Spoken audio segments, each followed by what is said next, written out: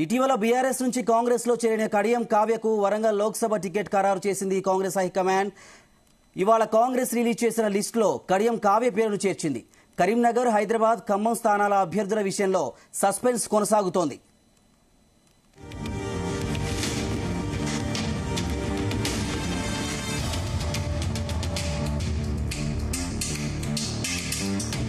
ఇటీవల బీఆర్ఎస్ నుంచి కాంగ్రెస్ లో చేరిన కడియం కావ్యకు వరంగల్ లోక్సభ టికెట్ ఖరారు చేసింది కాంగ్రెస్ హైకమాండ్.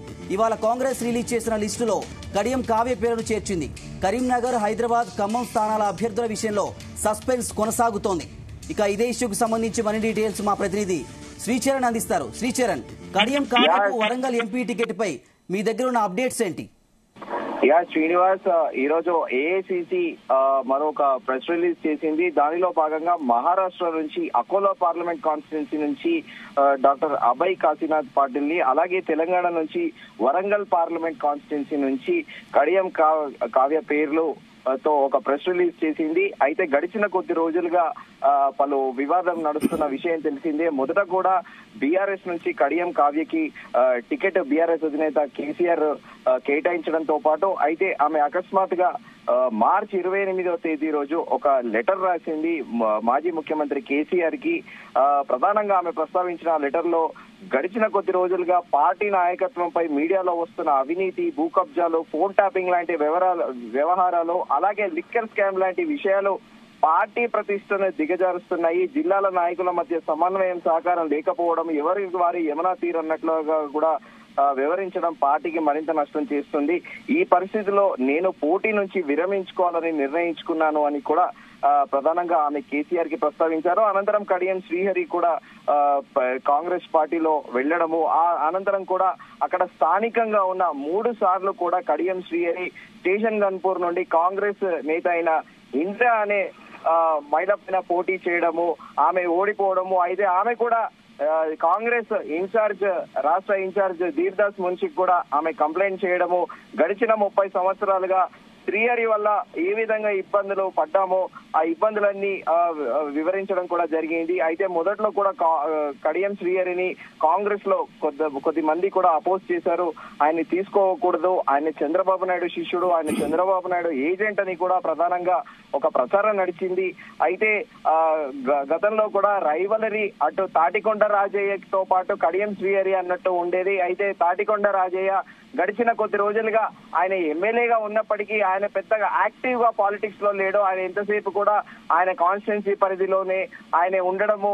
అయితే ఆయన తెలంగాణ రాష్ట్ర ఆవిర్భవించాక మొదటి కేబినెట్ లో ఆయనకి డిప్యూటీ చీఫ్ మినిస్టర్ తో పాటు వైద్య ఆరోగ్య శాఖ అప్పటి ముఖ్యమంత్రి కేసీఆర్ కేటాయించారు. అనంతరం అకస్మాత్తుగా ఆయన ఓవర్ నైట్ పదవి బాధ్యతల నుండి తప్పించడము, అనంతరం ఆయన ఓన్లీ స్టేషన్ గన్పూర్ పార్లమెంట్ కి కన్ఫైన్ అయి ఉన్నాడు. అయితే ఆయన పైన కూడా పలు ఆరోపణలు వచ్చాయి గతంలో. అయితే కొద్ది రోజుల కిందట ఇటు అసెంబ్లీ ఎన్నికల ముందు కూడా కడియం శ్రీహరి వర్సెస్ తాటికొండ రాజయ్య అన్న చందన నడిచింది. ఇద్దరు కూడా సేమ్ పార్టీలో ఉండి, అయితే తాటికొండ రాజయ్య మొదట్లో కాంగ్రెస్ లో ఉండి తర్వాత టీఆర్ఎస్ లో జాయిన్ అయ్యాడు. కడియం శ్రీహరి టీడీపీలో ఉండి పలుమార్లు ఎమ్మెల్యేగా గెలిచి అనంతరం అక్కడ మంత్రిగా కూడా పనిచేసి తర్వాత టీఆర్ఎస్ లో జాయిన్ అవ్వడము, వరంగల్ పార్లమెంట్ నుంచి ఆయన ఎంపీగా ఉన్న నేపథ్యంలో ఆయన రాజీనామా చేసి బీఆర్ఎస్ లో రావడము, తర్వాత ఆయనని ఎమ్మెల్సీ చేసి మంత్రి పదవి కూడా ఇచ్చారు డిప్యూటీ చీఫ్ మినిస్టర్ గా. ఇదంతా జరిగిన పరిణామాల నేపథ్యంలో అయితే అకస్మాత్తుగా కడియం శ్రీహరి కూతురు కడియం కావ్య డెసిషన్ తీసుకోవడము,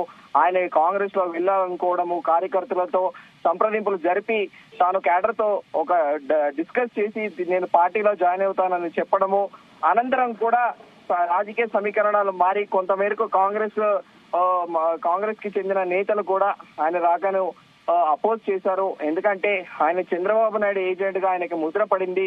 అయినా ఇన్నాళ్ళు బీఆర్ఎస్ లో ఉండి పదవులు అనుభవించి ఇప్పుడు మళ్ళీ కాంగ్రెస్ లోకి రావడం ఏంటి అనేది కూడా సర్వత్రా చర్చ నడిచింది. ఏదేమైనప్పటికీ ఏఐసిసి మాత్రము కడియం కావ్యనే వరంగల్ పార్లమెంట్ అభ్యర్థిగా కూడా ప్రకటించడం కూడా ఇప్పుడు సర్వత్రా చర్చనీయాంశంగా మారింది. అయితే సహజంగానే రాజకీయాల్లో పవర్ లో ఎవరు అధికారంలో ఎవరు ఉంటారో వాటికి ఆ పార్టీ వైపే మొగ్గు చూపుతూ ఉంటారు. కానీ ఇప్పుడు బీఆర్ఎస్ పరిస్థితి చాలా బలహీనంగా ఉందని చెప్పుకోవాలి. ఎందుకంటే వరుస పెట్టి అటు సీనియర్ నేత కె కేశవరావు కాంగ్రెస్ లో వెళ్లడం, అలాగే కుమార్తె జిహెచ్ఎంసీ మేయర్ గద్వాల విజయలక్ష్మి కూడా కాంగ్రెస్ పార్టీలో వెళ్ళడము, అధికారంలో ఉన్న పార్టీతో ఉంటేనే పనులు అవుతాయని ఆమె ప్రకటించడము ఇప్పుడు సర్వత్రా చర్చనీయాంశంగా మారింది.